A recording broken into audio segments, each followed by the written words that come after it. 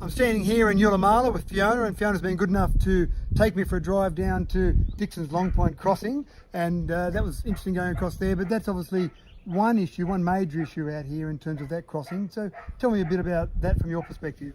Yeah, well, the locals have been trying to get a crossing put across it so you can cross it anytime you want. But I think from my point, whether they put a bridge across it or whatever, something has to be done with the road leading up to it. It's whether that's council, federal, or whatever. I think the state of the road's never much good. And if they're going to add more traffic to it, yeah, I'm happy for a bridge and all that. And I think it's good for surrounding areas, for tourism and all that, because we get so many tourists.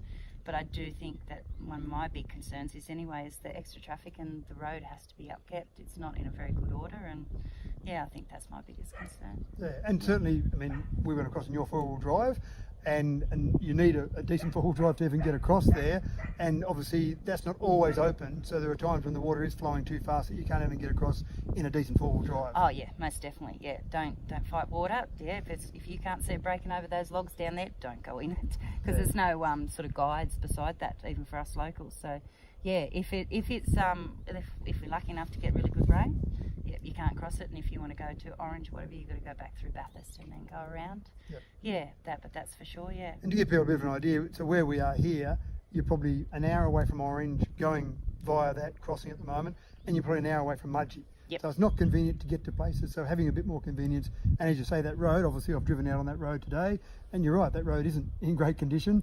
If there was more traffic created on this road, then I think that road would deteriorate quicker.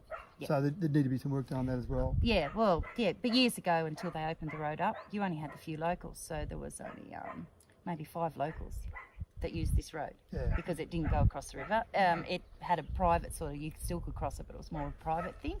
But yeah, but once they opened the road up, the traffic just started coming. But so it's like anything, I suppose. Whenever you open something up like that, you're going to get more traffic, and you just have to do everything accordingly. Yeah, which the local shire seems to have a little bit of trouble, just keeping up with that even now. So I'm not sure how that would go if you're opening it up that. Because most of the time you don't even need to put your vehicle in four-wheel drive. A four-wheel drive is required for clearance. There's big gooks and stuff like that. So if the road's like it is at the moment, and they had to cross like a bridge or whatever, low-level crossing across that, you would get two-wheel drives through. But yeah, like you start that, you get a heap more people. Like it's gonna, but. And that puts extra pressure on Midwestern Regional Council, so obviously that's where something would be needed, I think, from a state government perspective.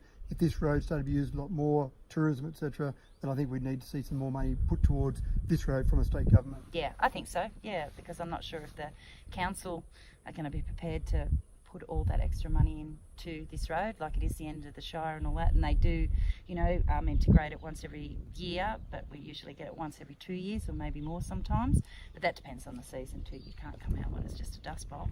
But yeah, I don't think they'd be too pleased about having to pump a huge amount of money to keep this upgraded for really what's going to, if you're going to put something that can be crossed all year round, all season round, you've got to have a road that leads to it and from it that is sort of compatible.